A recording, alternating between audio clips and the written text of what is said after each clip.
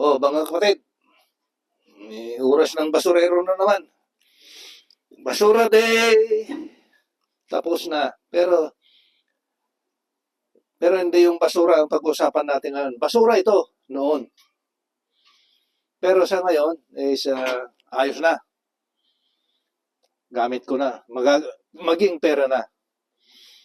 Ngayon, ang pag-usapan natin is yung kung halimbawa ang ceiling fan, ito ceiling fan, ay gumagana yung fan, pero ayaw gumana yung ilaw. Ngayon, anong problema? Di ba? Yan ang tanungin natin sa sarili natin. Anong problema?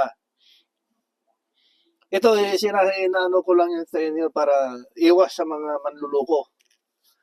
Pero yung manluloko, wala naman maluloko kung walang magpaloko. Ito ang ano natin. Sabi natin na gumagana yung fan, pero hindi gumagana yung ilaw.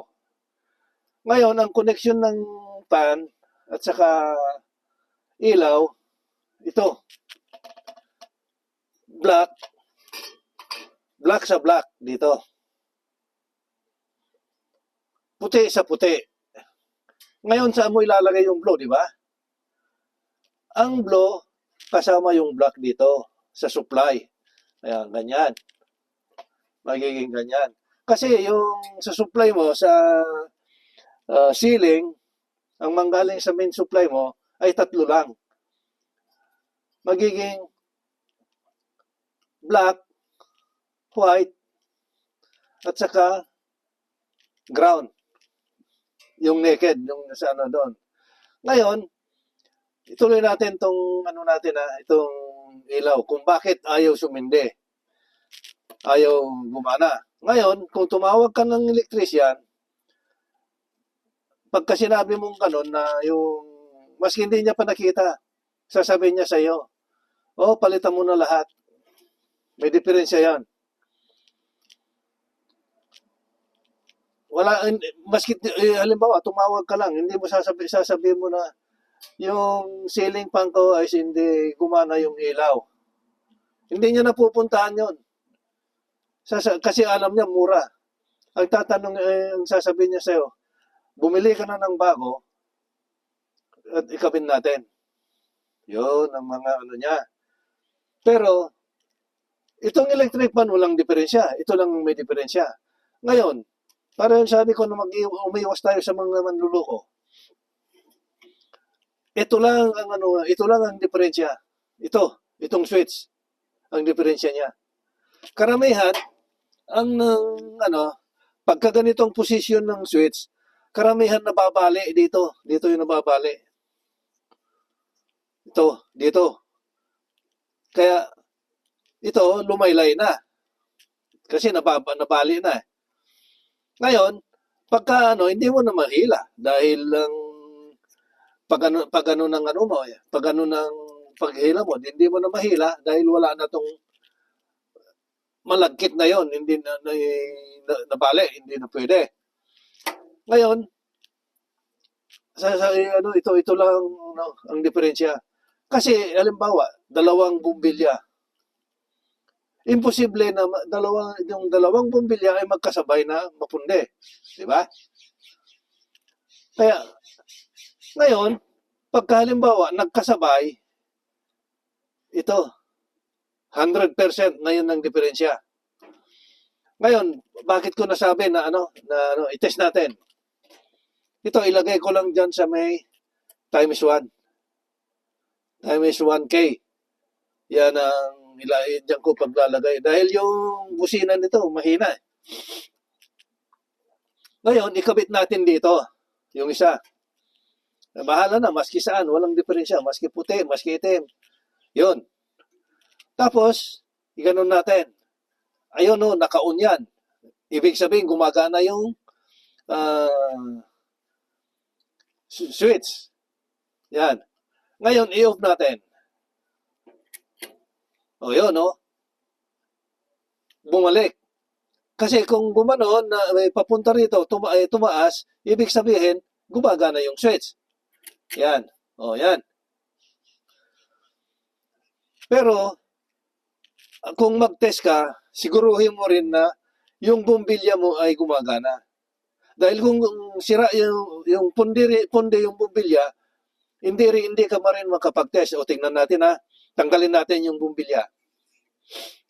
O yun, no? Naluwagan pa lang eh. Bumalik na. Di ibig sabihin, wala nang continuity. Ngayon, ibalik natin ulit. Ayun, oh. Maski anong gawin mo dito sa switch, ayaw. Kasi pundi yung bumbilya mo. Ngayon, ibalik natin. O yan, nakalagay na. Iwan natin ulit. O yan. Di ayos na. Ayos na yung pagka ayaw gumana, ito, yung diferensya. Ngayon, doubt ko lang, yung duda ka. Dito mo, i-testing ngayon. Ito yung switch niya, oh, ito. Itong puti dito. Ngayon, dito mo i-testing ngayon.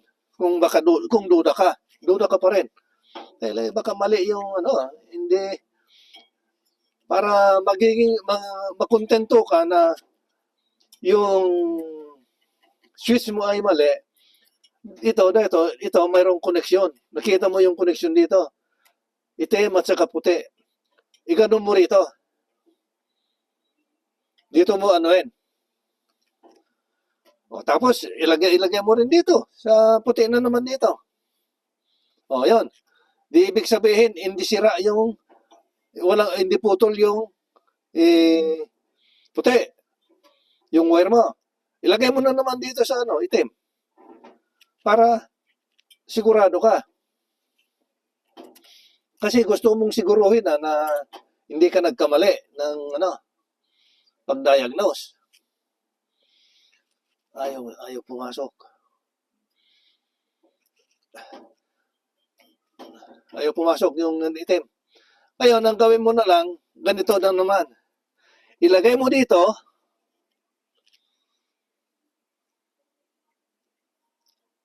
pero siguruhin mo na naka-on yung switch mo. Naka-on yung switch.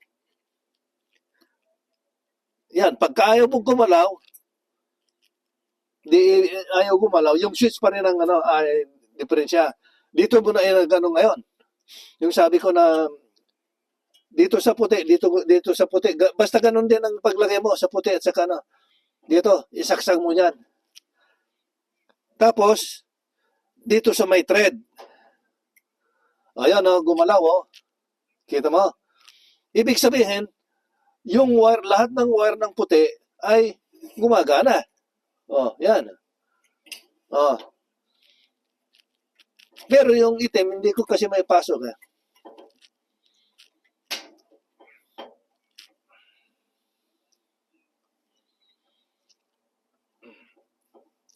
Ayun, pumasok yata. Pagka nakalagay yung sa itim, dito mo naman sa gitna, yung may butil sa gitna. Doon mo ilagay. Ayaw. Hindi pa nagkapasok.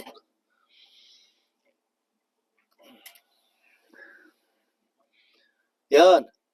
Ganon. Yan kung sa itim, yun sa gitna. Yan. O, ibig sabihin, confirm na ito yung sira. Na-confirm mo na. Dahil mag-test ka rito, mag-test ka from here, mag-test ka dito, hanggang dito, ayaw. Di ba? Tines mo yung bumbilya mo ay pwede. Isa na ito. Para yung sabi ko na kontento ka sa diferensya, idirekta mo dito. Pagka na-testing mo lahat yan, sigurado, yun na. Pumunta ka dun sa bilihan ng, alam mo, sa mga hardware, mayroon.